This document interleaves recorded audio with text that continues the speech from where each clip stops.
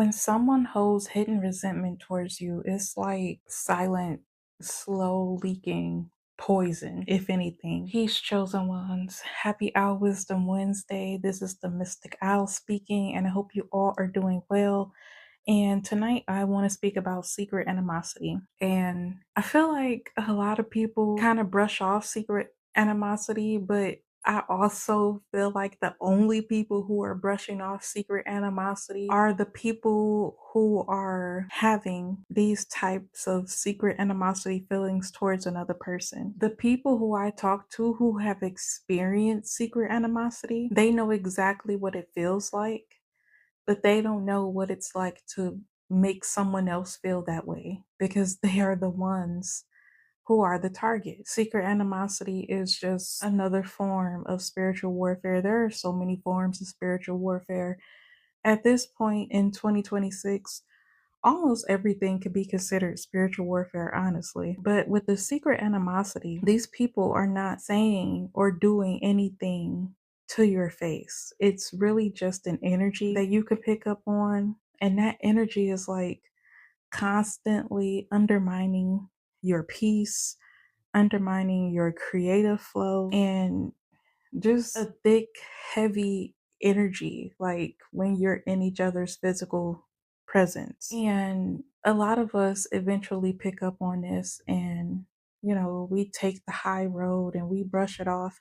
But it's only so much brushing off that anyone can do or should do because you don't want to keep holding space intentionally for another person that carries that silent jealousy or bitterness, because at that point you're just jeopardizing your own frequency and any protection work that you've done over yourself for your family. Now you're putting yourself at jeopardy and being open and vulnerable to spiritual attacks if you keep a person around you who has this heavy, intense, secret animosity towards you. The moment I start recording, the energy get weird. Every time I start recording, the energy gets weird. But anyway, back to the video. Secret animosity can also look like backhanded compliments, in real life and especially on social media.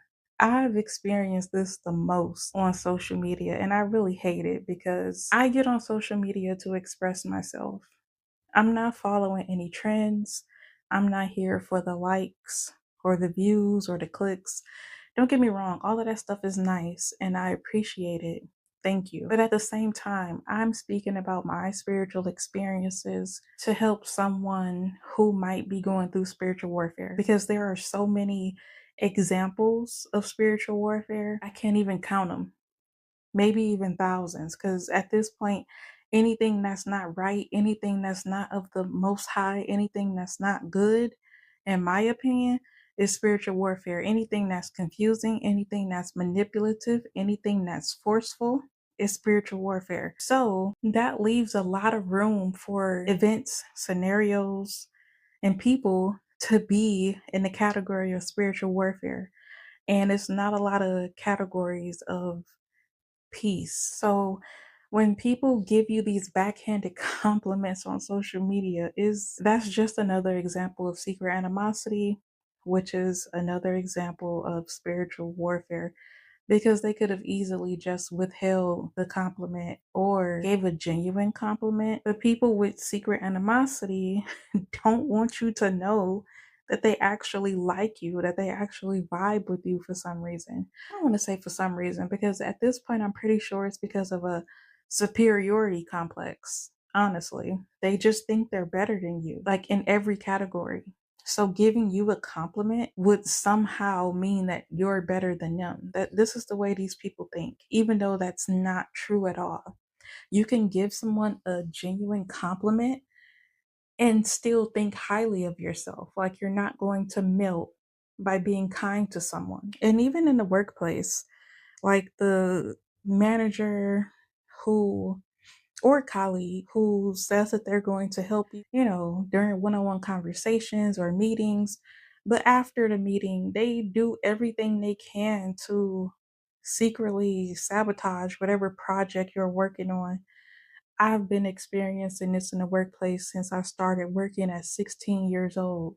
So I'm not entirely sure that goes away because ever since I started working, I understood that work and high school are literally the same things with pretty much the same people. That's that same teenage mindset, except they're 40 years old, which is completely sad. And there's only so much that you can do. There's only so much that you can say.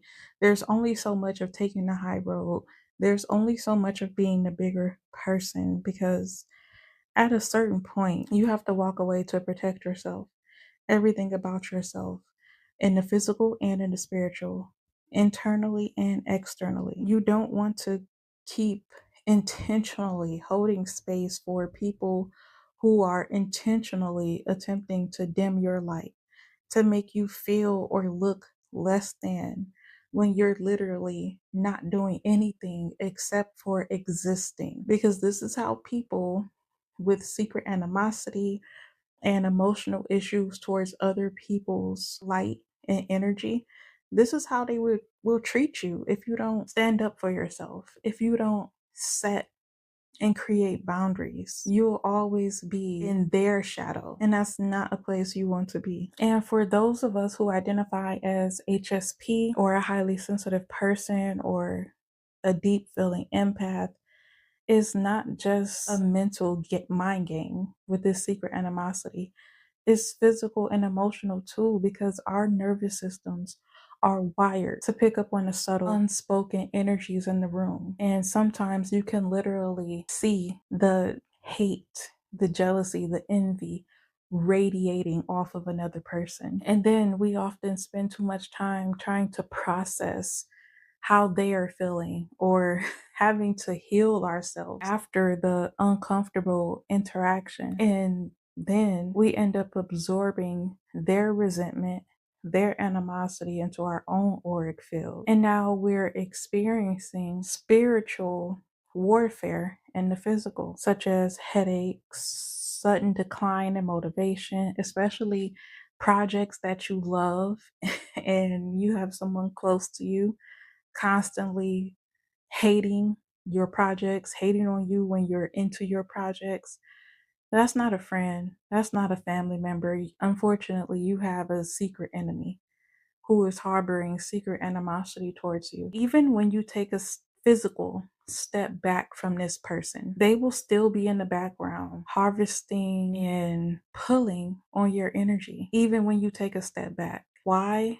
It's because of the light. It's because of everything that's internal. It has nothing to do with looks or money, because even if you are beautiful and you have a lot of money, it's still spiritual.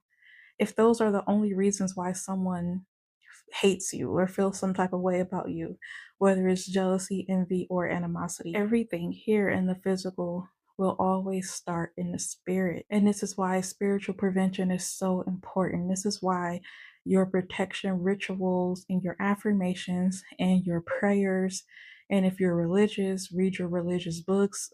I suggest, even if you're not religious, to read certain scriptures like Psalm 91 for protection, because protection starts in the spirit first. The moment you start to question your own intuition or feeling like you have to withdraw or withhold certain information about yourself, especially happy things about yourself, great accomplishments, that's exactly where the danger lies. You start to leak your own personal power, and you don't need to confront them about it.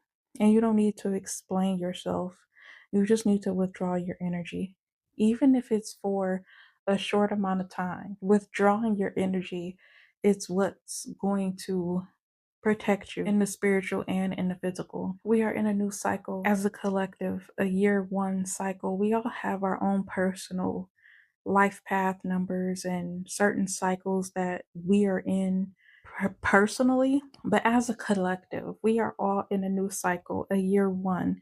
And we have to know at this point that we are the architects of our own reality, and we get to decide who enters our space and who must leave our space. Keep your vibrations high and keep your inner circle tight. Keep those squares out your circle. If you stay to the end, thank you so much for listening. Be sure to tune into next week's Wisdom Wednesday for more spiritual guidance and insight. And as always, speak life over yourself, take care of yourself, love yourself, trust yourself, and protect yourself. I love you, chosen ones. Peace.